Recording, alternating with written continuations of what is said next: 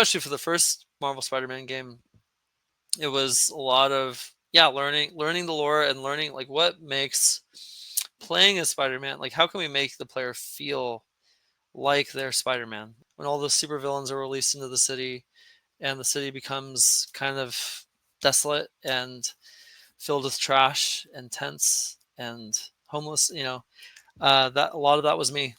Having started in QA and now dev support, to then coming over to the development side as a designer, um, I feel like I can have a even greater relationship with this team because I know what it's like, and I've been in their shoes, and the arrogance, I guess, of being at a company like Disney. It's such a big name, and being in a nice office. They give us coconut drinks and candies and cereal and parties, whatever. Like all this kinds of stuff. Going from that to putting on the In-N-Out uniform and taking people's orders and being yelled at. You're my first guest on this, so I'm super excited to just get into everything. And I think let's just get into it. If you want to just give a brief introduction about yourself. Yeah, thanks, Caleb, and I'm excited. This is something I love getting to do. So I'm happy to be on the show with you. Thank you for having me. So I'm Donald Barrett. I'm a senior designer at Insomniac Games, and I've been there at Insomniac Games. I've been there for about 7.5 years. I get to work from home now, ever since COVID, and that's been wonderful.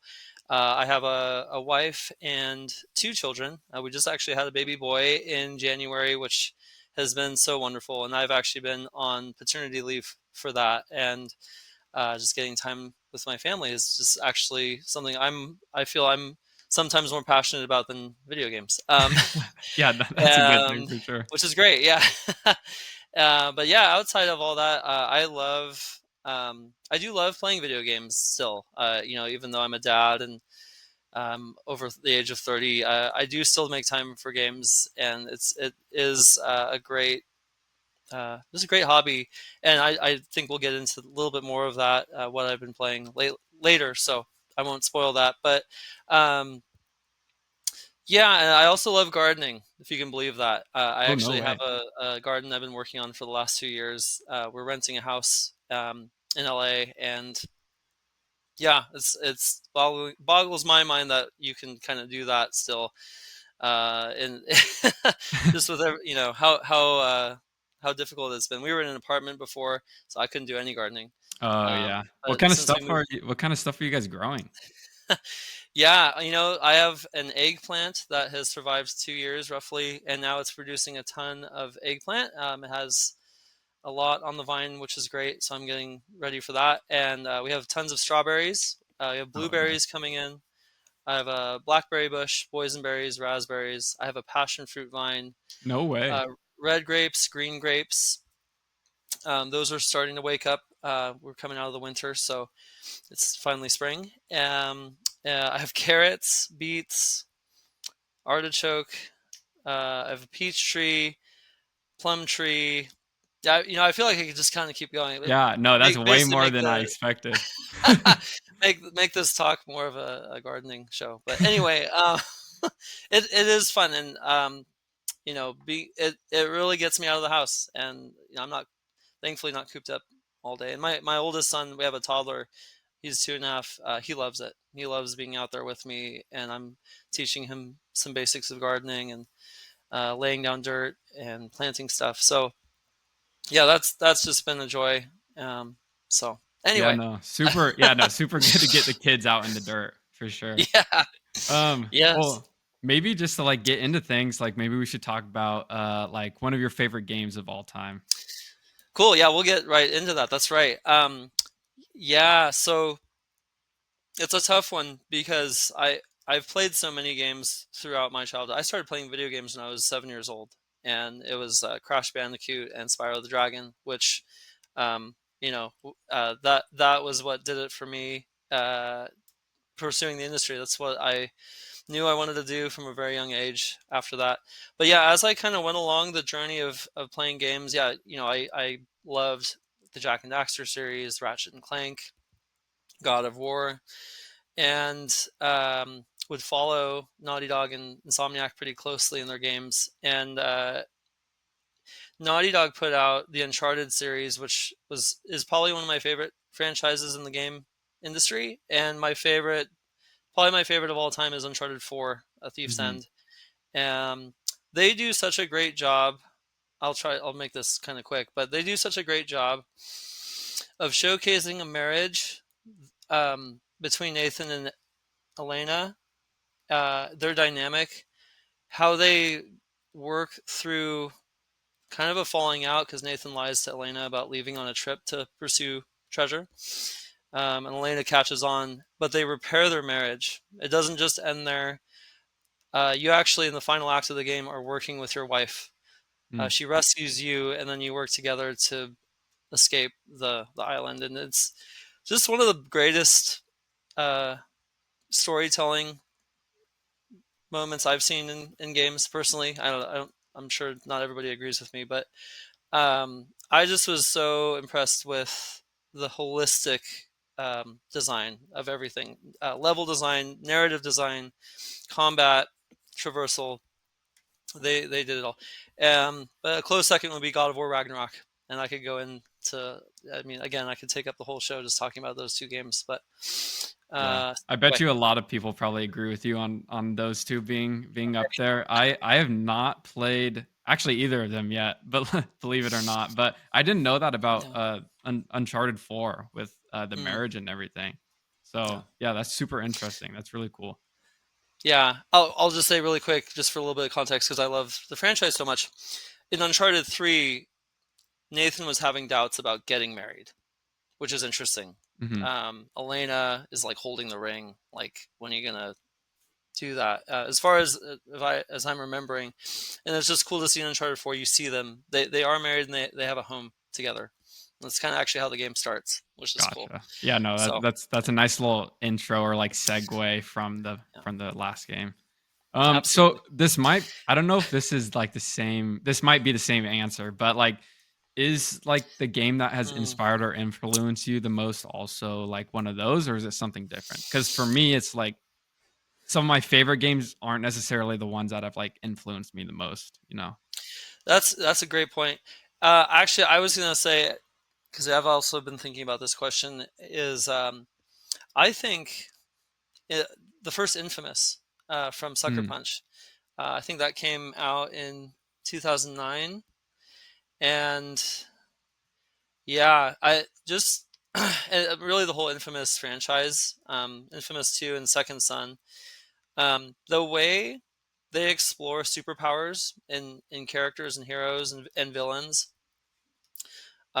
is totally unique. I feel like, and obviously they take inspiration from classic comics like Marvel and DC, I'm sure, but I think the way they portrayed uh, their heroes and villains and the way they get their powers, the different types of powers that they showcase, uh, I just really loved that, and it inspired me actually to make a small. It was one of my first like personal projects when I was building my portfolio, which I know we'll get into as well as we mhm. talk about career stuff. But yeah, I wanted to make a game about a guy with like light powers. He can manipulate light and do stuff, and that was just because I loved Infamous so much, and um, so yeah, and I mean now I get to work on uh, I've been able to work on Marvel games, which is kind of fun. It's just a Yeah.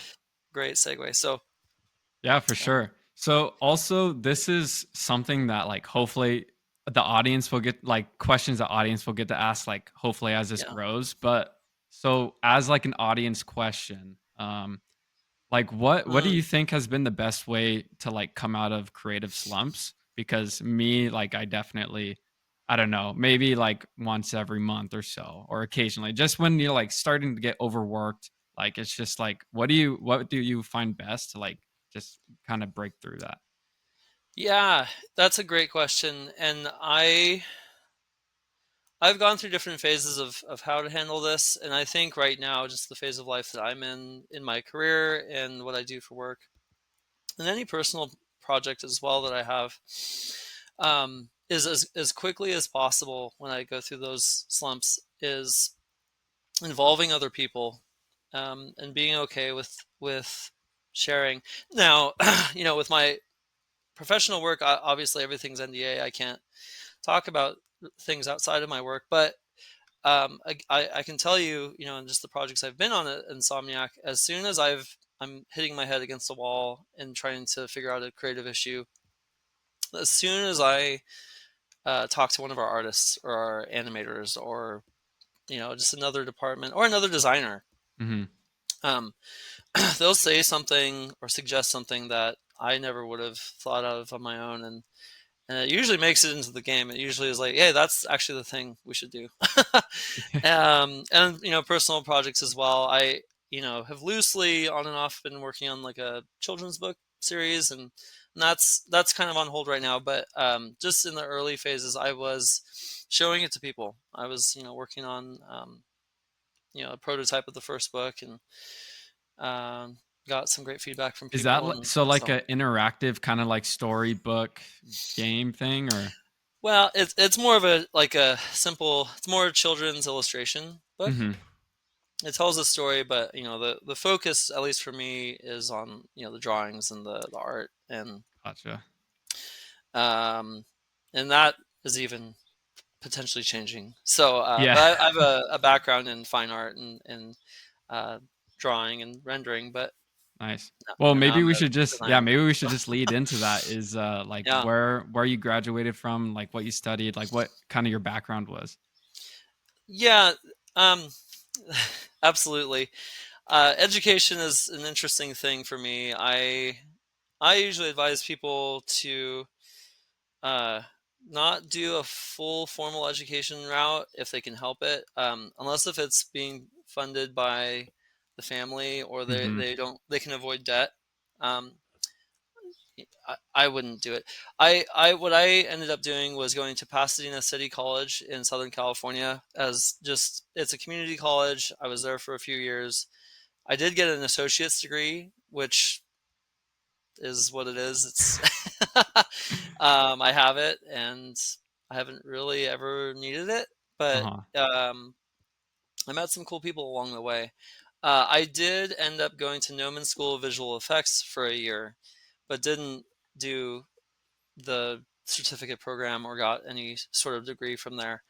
That's a great school if you can afford it. It's very expensive, but they have professionals from the industry teaching there as professors, and one of them, a couple of them, I stayed in touch with for a little while, and kind of lost touch recently. But shortly after my time there, I would keep in touch with some of the professors there just to like check in, like show them my work. I'd work on projects after the class would be done. Like I had a game design and Unreal class there that was excellent, and I think the guy that had been teaching that was work. He had worked on like one of the God of War games and was really good, and helped me a ton. So I invested a lot of time in me, but yeah, I the rest of it was sort of self-taught, just looking up tutorials online, uh, finding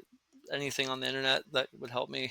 Yeah, especially now today, like pretty much Oh yeah, everything is on YouTube or like something. Yeah, you could find it somewhere. and this will tell everyone how old I am a little bit. This is 2014 when I was doing all the self-teaching and going to Noman, and um, yeah, so yeah, like 11 years now.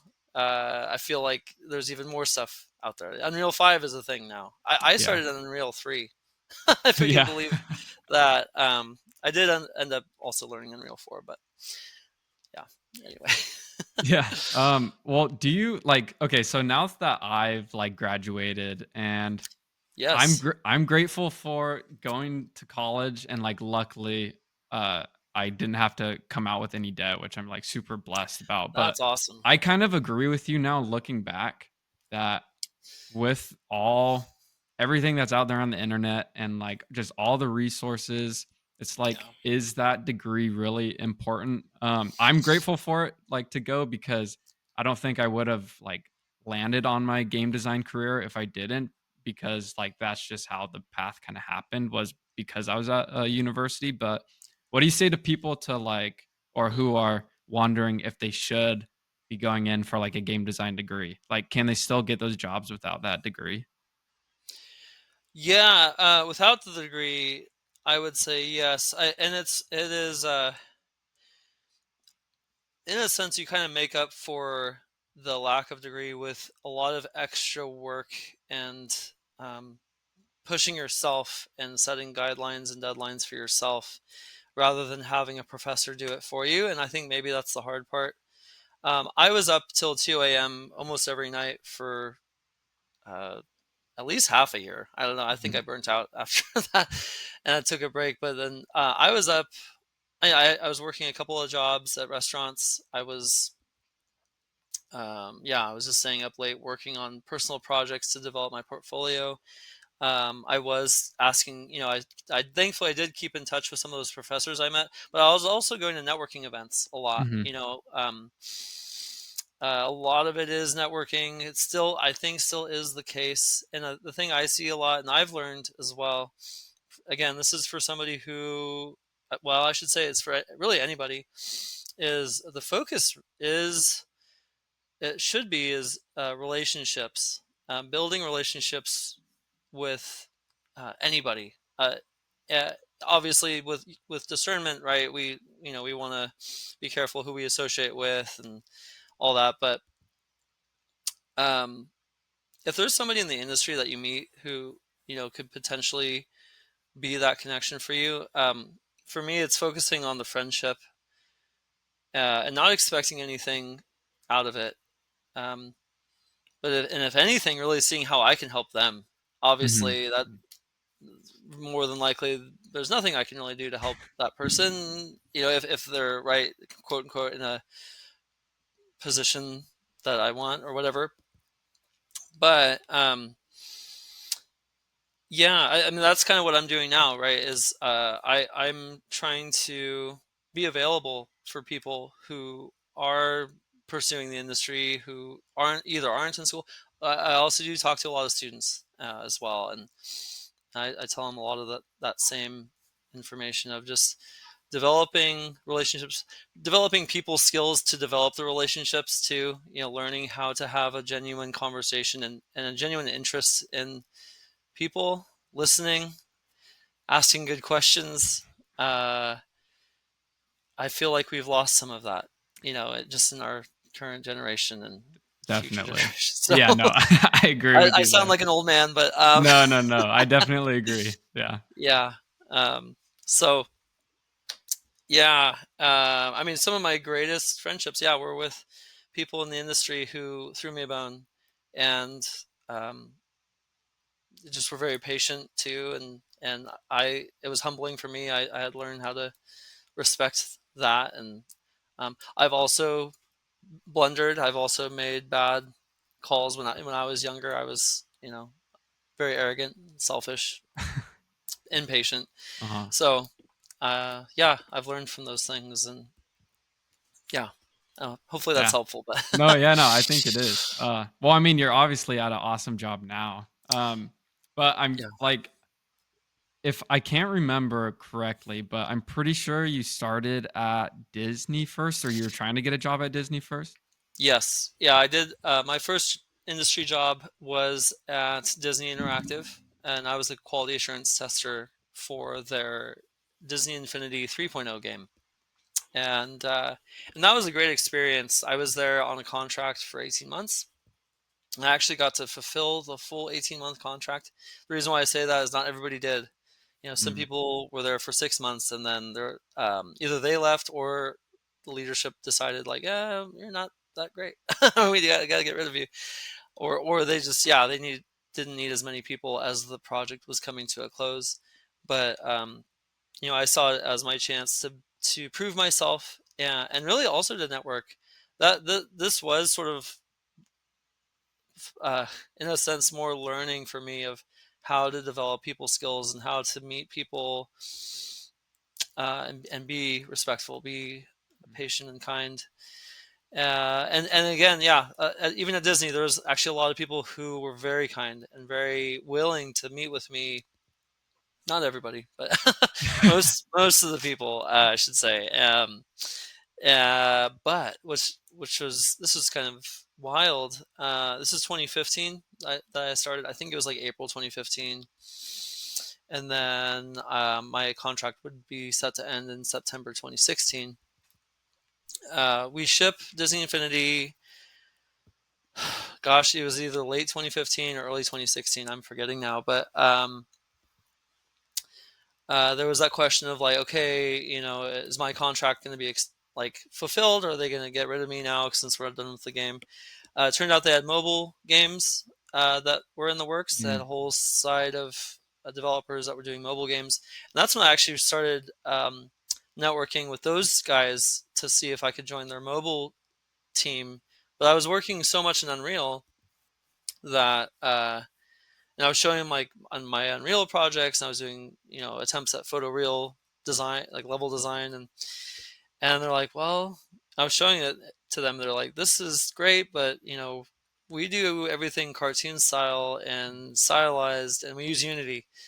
So if you could learn Unity and show off, maybe a stylized project, well, we'll look at it. So I was doing that. I ended up starting to learn Unity while I was at Disney to just make something to show. mhm. And then shortly after that, I had actually gotten some work together to show to the team, and they were starting to announce layoffs Oh, later in, I think it was like the summer of 2016. I should say, yeah, Disney Infinity didn't do great sales wise, and yeah, we did lose a lot of people after that, and that was difficult. But I stuck around until the end. I was, yeah, just doing whatever I could to like network and meet my next potential job connection, and nothing really came of it other than mm, some good relationships and friendships. I ended up actually networking with the vice president of Disney Publishing, Ken Shu. He's probably retired now, but he was a kind uh, elderly man that just had been with the company for years and worked with Roy Disney. Um, took a look at my work and was like, this is great. This is really terrific. Do you think you could do some of our? We have some motion graphics work that we're doing with some original Disney Princess IP that we're trying to resurrect and make it relevant. So I ended up doing that actually for a little bit, just on the side. They didn't pay me, but which is okay. I didn't. I was just like, hey, this will be a great portfolio piece, and they let me use it for my portfolio. Um, Ken wrote me a stellar letter of recommendation that I got to use to eventually get my job at Insomniac. I mean, there was a whole bunch of other stuff going on to help get me into Insomniac, but yeah, that Disney was overall a great experience. that's awesome. Um, I actually going back like to the QA thing when you were there, did yeah, you I feel like you hear a lot that other not necessarily other just like designers or developers, but like people tend to look down on like QA. Was that kind of your experience there at times? it's interesting. We Disney Interactive was a what was considered the publisher, and Avalanche Studios was the developer team out in Utah working on the Disney Infinity franchise. So geographically, we were actually separated, and so I didn't really ever feel that Mm, disparaging between designers or artists and whatever to QA. Um, and but I hear about it all the time, right?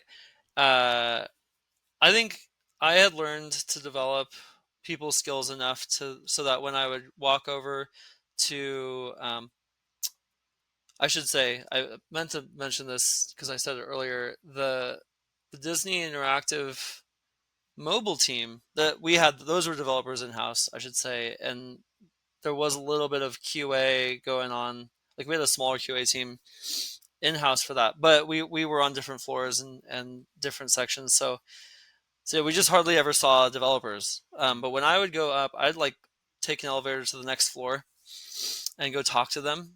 Um, and approached them very kindly and nicely. They actually were really nice to me. I have never really had a bad interaction personally. So, but it is a thing, and I feel like at Insomniac, and I'll just speak on that really quick. We have done so much to integrate our QA with the developers, and I mean really, where they're called dev support now. It's not just Mm-hmm. quality assurance analysts, whatever. They're supporting the team as well, and producing. Uh, what's the word? Oh my gosh, surveys, documentation. They're supporting us with tangible things more than just writing bugs. They still do that, but yeah, it's definitely a lot better, I think, at Insomniac than most studios, I would say, these Yeah, days. I think that's actually really cool that it got, what did you say, it renamed to like dev support, right? Dev Or support, yeah, yeah, I think that is a much better, like much more fitting name, because they are like really important, you know. it's crucial. Yeah, Yes, yeah, and absolutely. and having started in QA and now dev support, to then coming over to the development side as a designer, um, I feel like I can have a even greater relationship with this team because I know what it's like, and I've been in their shoes, and so because I think the thing that happens a lot is, or the dynamic, right, that we hear is developer makes a thing that they think is great and special, and it gets put in front of dev support or QA, and they tear it up, or they say, "Oh, it's broken, it's not working." The default response tends to be taking things personally, or thinking that they're being attacked, and I think that obviously it's more complex than that, I'm sure, but that tends to be the case. And I even have to. There's times where, like, again, I make something that I think is cool, and somebody plays it. Not even dev support, but just somebody on the team, and they break it, or they say, "Oh, this isn't that fun," and I'm like, "Oh." So I have to temper my expectations and yeah, be okay with Yeah. feedback. Yeah, no, I So, understand that for sure. Yeah. um, yeah, So after, so you're at Disney for what, 18 months it ended up being? yes, And then yeah. after that, did you jump around to other places or did you just go straight to Insomniac? Yeah, I was applying to places. There was actually, yeah, it was for the God of War 2018 game. There was a position open for collision designer, and I applied to that and actually qualified for their test because I knew the recruiter at the time. And I got to take the test, and they do everything in Maya, which Mhm. that's a whole nother subject of development. But I have a background in Maya, so I could do it. And I think they moved forward with somebody else. I didn't end up getting the job, but it was a great experience just even doing that test. But my mentors at the time, I've had mentors kind of throughout my most of my adult life. They were saying like, "Hey, I know you want to get back in the industry, but you still maybe take some side jobs for now while you work on that on some of your personal projects." So I ended up working at In and Out for Mhm. about 10 months, and it was about as great as you'd expect. um, it was hard because um, I got so wrapped up in the status and the arrogance, I guess, of being at a company like Disney. It's such a big name, and being in a nice office. They give us coconut drinks and candies and cereal and parties, whatever. Like they all this kinds of stuff. Going from that to putting on the In and Out uniform and taking people's orders, and being yelled at. Um, Yeah. Terrible management at the store that I worked at, unfortunately. I won't name names, but that was humbling. That was probably one of the most humbling experiences of my whole life, and it was kind of a reminder to me that our worth and our identity in our life, it's not in careers, or money, or any of that stuff. And so it was just a great time for me, as hard as it was, to refocus my life. So Yeah. No, I Um, definitely feel you there too, because I remember too graduating. I graduated in 2022. I was like, oh yeah, so wrapped up in just being a student, and like game dev work is just like at that time, I don't know, just you're fully in it. So then I graduate, thinking it'll not be a breeze to get a job, but like, oh, I'll have a job. And then it was just a long time of not having a job and applying into hundreds of places, and then like same thing, I had yeah. to have I was working like 2 or 3 different jobs that it was very like humbling, like what you're saying. And even now, like where I'm at, I still like keep that in my mind that like really it's still a job even though I love it as much as I do, and it's like everything. But you're right Mm, about it not being like your worth, you mm, know, and trying to absolutely. just keep that in mind for sure is something. I even have to check myself now, right? Mhm.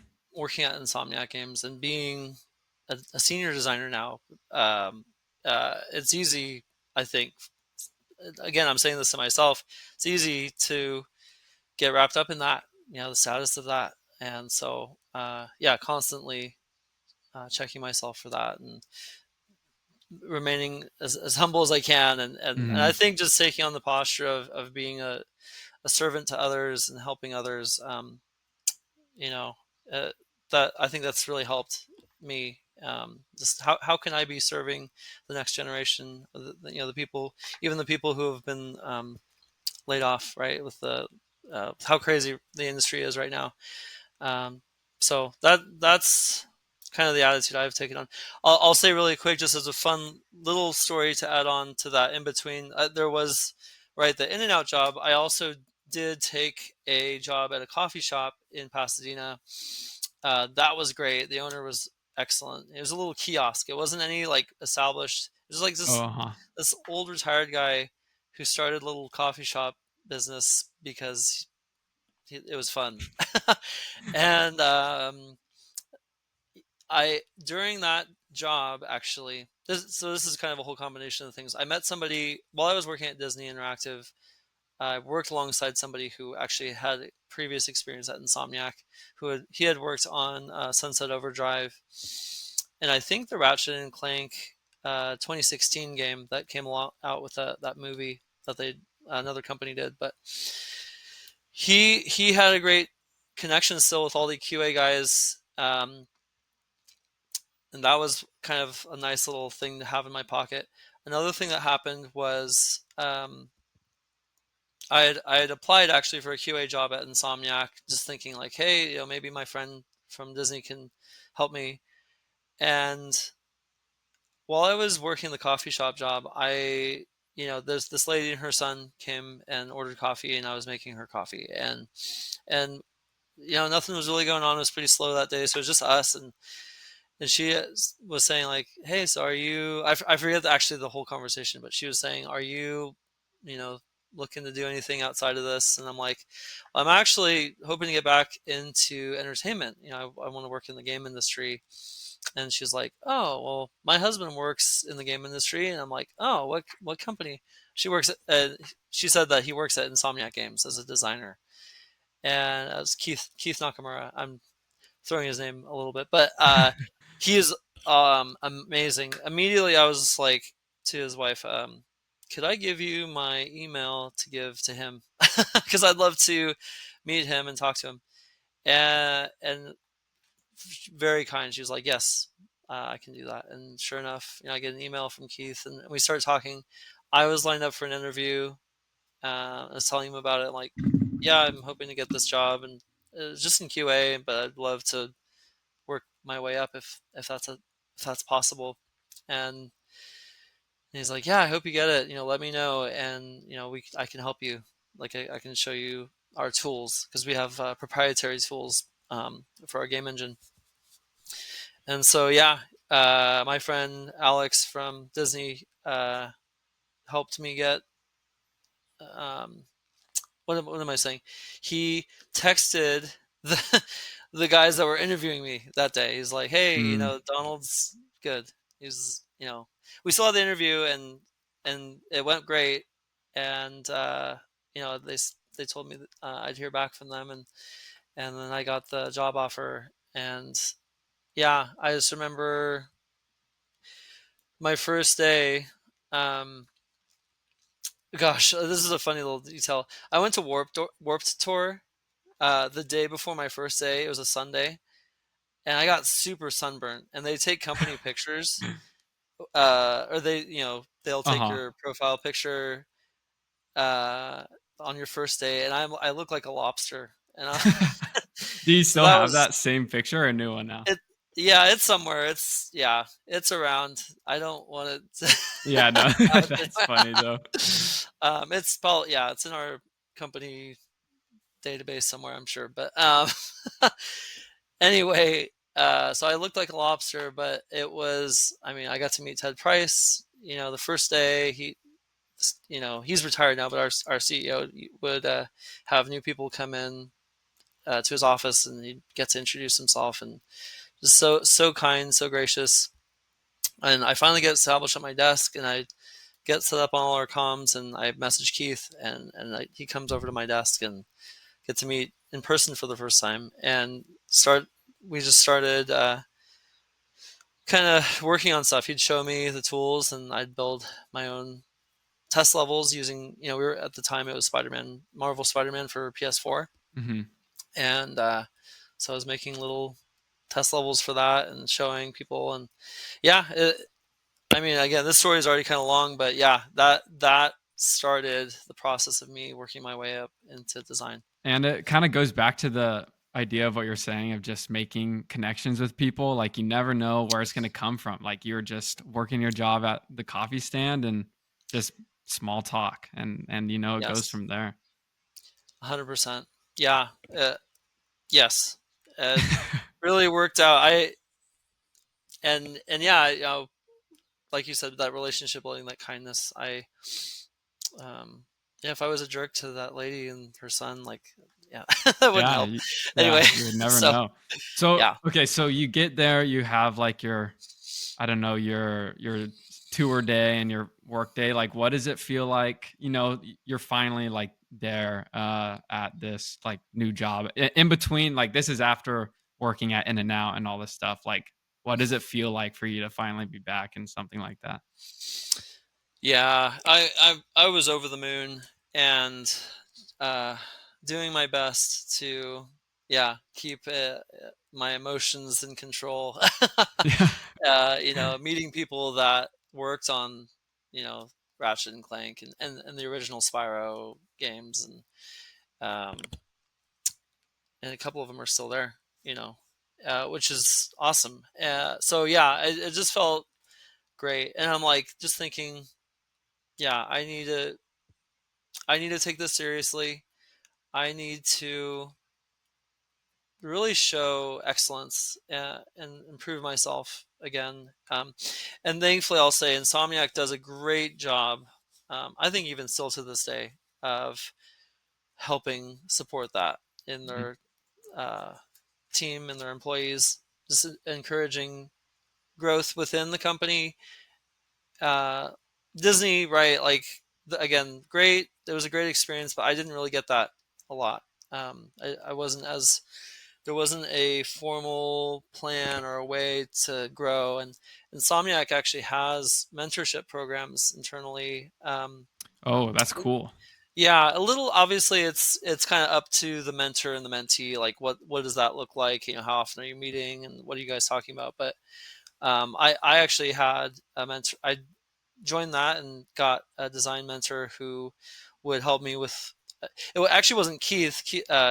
Keith just helped me learn the tools, but there was a more senior designer at the time, that Josue, who came in and yeah, helped me understand like what the designers are, what's expected of the designers, I guess, Mhm. and in their work. And if you really want to grow here, this is what you need to do, kind of thing. And obviously, probably could take up the rest of our time even talking about that process. But yeah, I guess to summarize it, I think, you know, I I was gonna fight hard to get established here, but also be uh, have my expectations tempered a bit. as Yeah. well. Yeah. So Did you know that you'd be working on the Spider-Man games, or at the time it was just a Spider-Man game? yeah, yes, I think they're pretty clear. It was, it was 2017. I didn't even, I forgot to mention the date. It was August 2017 is when I started, Okay. and this is the that famous year of E3 where they showed the construction site mission gameplay. It was like an 8-minute gameplay video. It's like that first reveal of Marvel Spider-Man gameplay, and um, so I had a feeling. I was like, okay, this is seems like their main thing right now, and it pretty much was. They had some VR titles going on. They had Stormland and The Unspoken, um, and then we were doing some Magic Leap stuff, and that's been released and out there, so it's it's cool. But I wasn't on any of that. Uh, yeah, I had a feeling I would just be on Spider-Man, so Yeah. and it was great. It was a great experience. I learned a lot about the character in the comics. I don't have a lot of background in reading comics or Marvel knowledge, just the movies. Uh-huh. Yeah. So No, it's definitely good that you look deeper into it, because I think at least yeah, that's a worry for me. Like when I see um like a project or like an IP that like I love and like fans love, it's like you hope that the whoever's working on it is just like getting deeper into it and not just like surface level understanding, you know. yeah, yeah, and always, especially for the first Marvel Spider-Man game, it was a lot of learning the lore and learning like what makes playing as Spider-Man, like how can we make the player feel like they're Spider-Man, and so a lot came out of that question, and I think we Yeah. did accomplish that. So I wasn't necessarily a part of that team that figured those things out, like the swinging and stuff, but I was part of the open world city team that helped.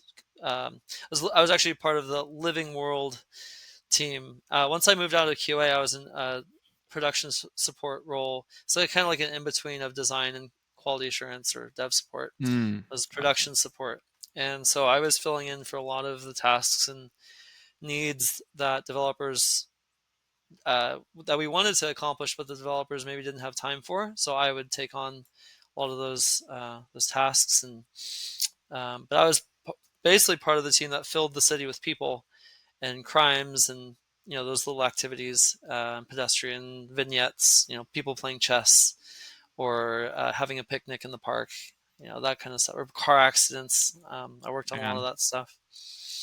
So a lot to fill a city up with for sure. I'm yeah, like I feel like that yeah, would be never ending. yeah. And just a quick thing about me, I actually have a kind of a background in outreach to homeless, and I was doing a Skid Row outreach through one of my old church actually. I used to attend. We're at a different church now, but we'd go down to Skid Row every Sunday to bring food to people, and you really see, how desolate it is, or how desperate it is down there, and the actual the the state of things, the trash, the tents, the things that you see out there, um, you know, that really stuck with me. And when it came time, if you're familiar with Marvel Spider-Man, in Act 3, when all the supervillains are released into the city and the city becomes kind of desolate and filled with trash and tents and homeless, that a lot of that was me.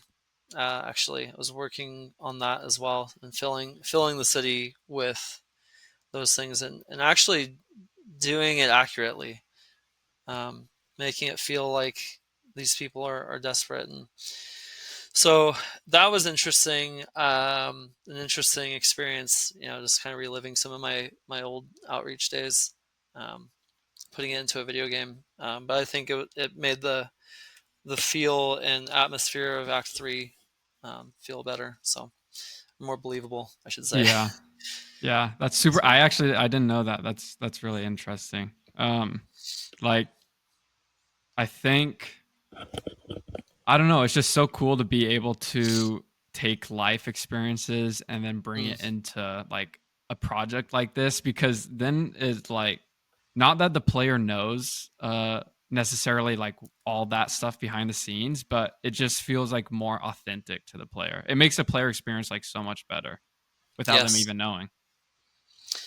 Yeah, yeah, and that's the goal, right? Is we want the player to have an immersed, seamless uh, experience as much as possible, right? Yeah. Not noticing, you know, inconsistencies or issues as much. So yeah, I do feel like we really did accomplish that in the that first Marvel Spider-Man game. So Do you remember any? Well, actually, that's okay, because I also want to talk about the second one if we can. But wasn't sure, I can't remember. Was it the first game or the second game? Wasn't like your cat added or like one of the other yeah, devs' cats added? yeah. So Marvel's Spider-Man Miles Morales, Okay. is a launch title for the PlayStation 5 in 2020. I worked on that project actually. That was sort of my like associate designer position project where like I had like made the ranks of design. I was starting to actually take on like level design stuff.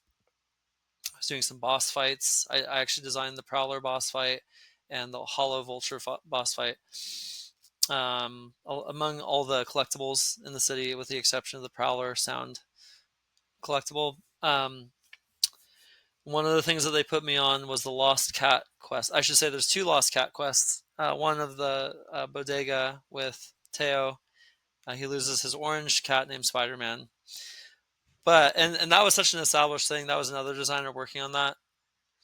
But we had the cat asset, um, and I was tasked to do another a smaller cat quest that was part of our friendly neighborhood Spider-Man app. You just get a little like request list of help from people who need help in the city, and you answer the call, and some guy like lost his cat, and so that was me. um and I since they put me on the mission, I'm like, well, I'm going to put my cat in if I can. And I asked the character artist, like, and I sent him a picture of my cat. He's a black and white tuxedo cat, Hmm. and named Vector. And um he said, yeah, I can just change the fur texture. And then I talked to the writer at the time, Ben Arfman, who I said, hey, can we give the cat a name and name it Vector? It's my cat. And he's like, sure. Like that was easy. And sure enough, yeah, Miles Morales' character, he's calling the cat Vector. The owner tells him like, yeah, my cat Vector got lost. So anyway, sorry, that was probably a little over No, explanation that's of that, awesome. but um, ended up being, yeah, it got in there. And then we still have the cat assets in Marvel Spider-Man 2. We have the Haley mission, which I loved. I didn't get to work on it, but the designer who worked on it, uh, her cat is also a black and white tuxedo, and so she's like, "Can we just borrow this cat and use it in this mission?" And the cat ends up kind of being like a little extra guide in that mission, which was really cute. I'm like, "Oh, there's Vector again." I forget. I don't know her cat's name, but anyway, so that cat is being used in our games, which is awesome. That's So awesome. yeah, it's been that was sweet. So So, so working on um I don't know, as you start to like move up and like take on more things, what what do you think has been like the most enjoyable for you to work on? Like I know you talked about those boss fights or like the random little side quests. Like what do you enjoy the most? yeah, I think right now, well, yeah, for Marvel Spider-Man 2, probably that was my favorite project to work on, with my favorite content that I've ever worked on, which was the Flame quest arc. And um, I don't want to go into too much detail because I don't know how much I can actually say, but I did give a GDC talk on it that is out there, and hopefully they'll put it on YouTube soon. I know it's in the GDC vault, but I did that last year. I gave about a half an hour talk on developing that quest arc. Half an hour wasn't enough time. I needed an hour, so I gave that talk again at DevCom in Germany last year. They gave me an hour for that, and I felt like that was a much I could actually go into a bit more detail with that. So, um, but that was probably my favorite because it was 4 quests that made up a comprehensive story, and it dealt with cults, modern Mm. day cults, and what their effect is on society. You know, when false religion kind of worms its way into um, civilization. You know what it does to people, and what is that like in the Marvel universe, and especially when you have a character like Spider-Man dealing with it. That was very interesting to explore. Gosh, yeah, even just figuring out the lore of it all and setting up the story, that was a whole process. More than just like the level design. Obviously, the level design was very much a huge part too. And but yeah, I think just working with our writers and our asset teams, like our artists and lighters and animators, like that was probably the most fun. It was tough. It was hard to pull it off. But we did it obviously in the end. But man, to get there, it took a lot of work. Took almost the entirety of development of the project to just do that one arc. How long was the total development roughly? Oh man, am I allowed? I don't know if I'm allowed to say. Oh, okay, yeah. Well, we'll just say It's years. I don't know. yeah, a few years. Yeah, it's yeah, somewhere probably somebody has said it, but but yeah, definitely a little more than yeah, more than 3 years. So I'll say I did. I was on the flame arc for probably about 3 years. Um, just about. Yeah, it was before I had my first son, which is crazy. I started development for that before we had kids. So yeah, you know, I I've been giving talks on it. I am slated to do some more conferences this year and give that talk all over there and hopefully yeah hopefully that'll go over well. But yeah, I as I've given the talk and have re-explored like how we developed it, the process of developing a quest arc, yeah, it's made me realize like that's what I really love doing is telling a great story over the course of multiple quests. I am getting more into like main story develop uh, like golden path missions, like singular giant missions that are you know just one and done. But each of the flame quest arc missions felt like almost like golden path scale. So anyway, that's the whole thing. I'm kind of rambling. I apologize. I No, just no, no, realized. you're fine. Yeah. Um, Yeah. so, let's see, how do I wanna phrase this? I don't know. Well, I guess just so going from all your dev work and then now you're branching out to like GDC, like talks and stuff like that. Hmm. I guess Yeah. that also goes back to just like people connection in a way, but Yeah. how do you I don't know, how do you like balance it all? I know it's something like you're passionate about, so it's probably really easy to talk to, but or talk Yeah. about, but just like also loading up like another talk like here and there about something like I don't know, how do you even balance that? That's a great question. Man, yeah, I think I was kind of asked this by others of just like balancing work ethic and workload with some of the extra curricular stuff, and uh, I think it, like you said, passion, right, is a pretty big component. But yeah, I think thinking the long game, playing the long game, thinking long term, thinking about like what can this do for my future, you know, 2, 3, 4, 5 years from now, like I'll say it's easy to get caught up in just like the here and now. Like I have a deadline, I need to finish this part of the project. I don't have time for anything extra. Uh, and I think it is a matter of just sort of like catching myself and like snapping out of that. Like the work will get done, and I've thankfully been able to get it done every time, and my goal is to keep that up and keep that Yeah. streak going. um, um, yeah, striving for excellence for a greater purpose. I know yeah, it's hard for me not to talk about it, but just my Christian faith. I do I want to strive for excellence for my God, who I worship, and so that's a big thing, actually, a big motivator for me. And then family, a big part of my why and motivation is supporting my family, and also being available for my family. It's one thing to have a nice job that pays well or whatever, the status of that. Um, but if that's all life is about, then and you lose, you're starting to sacrifice other things like your family for it. It's not worth it in the end, I've discovered. And I could have gone down that road of being a workaholic. But yeah, it's for me, it's like I need to knock this out. I need to do it well. I needed to hit all the marks.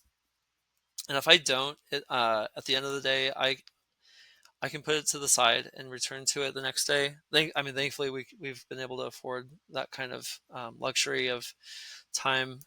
I feel like I've been able to knock out everything in a timely manner. And then, yeah, just carve out some extra time to do things like talks, because I want to help that.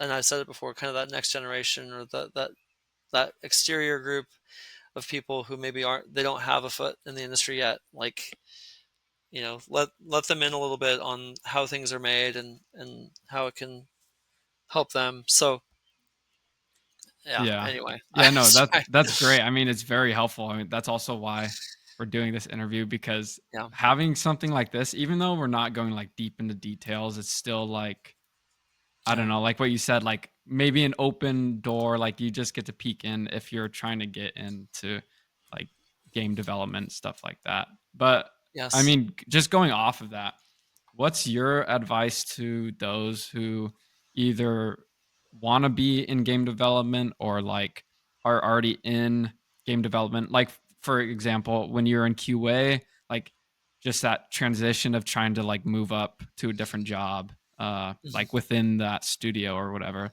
Like, what kind of advice do you have? Yeah, I would say, um, man, be willing to put in the extra hours when you don't have to. Um, and I can hear my toddler running around. He just woke up from his nap, so yeah, I'll try to summarize this, but basically, I just remember meeting people who they would always say their excuse was they're too busy, to um, do something great, or to do the thing that they need to do to move forward. It's Uh kind of huh. vague, but um, if you let's say you do get the job, or you are looking for maybe a QA job, take that extra time to educate yourself on the process of quality assurance. It's learning Jira, right? That's one of the softwares a lot of companies use. It's kind of the industry standard. But then also, yeah, taking the extra effort to communicate well in your uh, reporting. If you're doing bug reports, I'm talking a little bit more QA specific things, but um, yeah, just being that cut above communicator that the developers are just dying to have. Because sometimes I would never name names about this kind of thing, but like there are QA testers I've come across that are just, they throw in a Jira or a bug, and it's like a sentence, and it's not no pictures, no context. It's just like this is broken. I'm like, that's not helpful for anyone. Mm-hmm. And then yeah, just going out of your way during lunches, during after hours to have meetings or special times of lunch with another a coworker who's in the industry.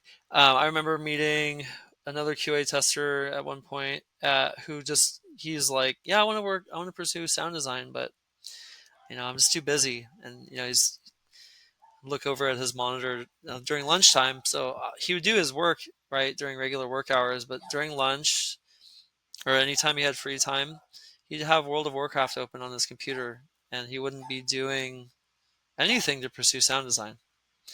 So I would caution against distractions. I think it's really easy for a lot of people to just be distracted and be comfortable. Mm, Um, yeah. yeah, I am like the king of discomfort. I'm like if I'm comfortable for a little too long, I start to get antsy. I'm like I need to do something to Yeah. get you get uncomfortable again and start what can I be doing to grow and become better. Yeah. So So like maybe just be checking yourself on like, I don't know, just instead of doom scrolling on your phone on yes, whatever, it's like, I'm guilty yeah. of that still, but Yeah, yeah. no, yeah. I think we all are. But yeah, Um, even just like an extra like even though it sucks, but like even just like for a month, you're like, all right, I'll take away my extra hour of sleep and just do like one more hour of like pursuing whatever. Like even just that like builds up over time. And I don't yes. know, I feel like an excuse that I have to, or not an excuse, but something I try and remind myself about is just like the time is going to pass anyway. So it's like you might as well just start it and like just even though it's just Yeah. an hour a day, like it seems like not even worth doing. It's like the Mm, time's going to pass anyways. You might as well just like try it, you know? absolutely. Yeah. Yes. Well, I don't want to hold you up for much longer because I know I know you got the kids running around. But Yeah. No maybe worries. if we could just finish up on Yeah. like what I don't know, any advice to like other game developers or just like anyone else in the creative industry, maybe working with others, working alone, just Mm. whatever that might be. Yeah, man. Or not Well, even advice, even just like encouragement, you know? Sorry to cut you yeah. off. No, no, no. Please do. Anytime. Yeah. It's funny because I was gonna say advice. I always want to be cautious. I don't want to give unsolicited advice or Yeah. suggest something that would get me, in trouble. But but yeah, just as an encouragement, I think any well, I should say get to go back maybe a little bit to what we were just saying of going that extra mile or even when it's maybe painful. I guess the encouragement would be is that it is worth it every time that uh, especially those times where you do put in that extra hour or whatever and you're alone and you're not coming home to any applause. Nobody's giving you a high five saying like, you did it, champ. Like, you know, still to know that it is going to pay off in the long run, and that things that maybe happened 1, 2, 3, 4, 5 years ago or whatever is gonna somehow like the experiences that we go through and all the things that we learn are somehow going to uh, support us in a sense. Mm, I think creativity and professionalism and excellence is the long game. It is accumulative. It does add up after some time. I had and I'll make this brief, but I had a really rough childhood. Um, I won't go into crazy details, but um, rough family life, right? So much of that actually has made me better for it. I just maybe in spite, I guess, a little bit, but I feel like I have a bit of an edge because well, not only did I not cave to right that hardship and make excuses and become a victim, but but I actually used some of that hardship to push me to be better, and then to hopefully be an inspiration and encouragement to others who are going through the same thing. And so, yeah, if you're going through struggles right now, if you're um, faced with a layoff or faced with yeah, just a seemingly impassable challenge, there is hope still. You know, beyond today. I think if we can lean into communities, lean into people that we trust, for encouragement as well. Yeah, don't be isolated. You know, include people as much as you can. If you do need to stay that extra hour and you're isolated and nobody's cheering you on, that's okay too. That should hopefully be temporary. Um, yeah, just learn to hopefully um, develop friendships and relationships that will last, um, and see what you can do to support and help others. So, yeah, I don't know. Sorry, I could just go on and on, but No, I uh, think yeah, no, I think those are some great words of encouragement. Yeah, no, this was super fun. I just really appreciate you being willing to be the first one, kind of like the guinea pig, doing this with me. And anytime. yeah, hopefully if people are interested and like want to go more nitty gritty into like some of the development stuff with the Spider-Man games, maybe we could get the green light for that in the future and do some more. I think that would be super fun. Yes, yeah, absolutely. That is something I would love to be able to do as well and explore. So, yeah, keep me updated For sure. on on any if there is that that desire. So, Great.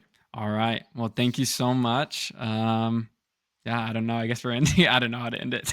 But yeah, thank yeah, you for joining me today. yeah. Thank you so much, Caleb. This is awesome, and yeah, looking forward to seeing what you do next with the podcast and who you bring on.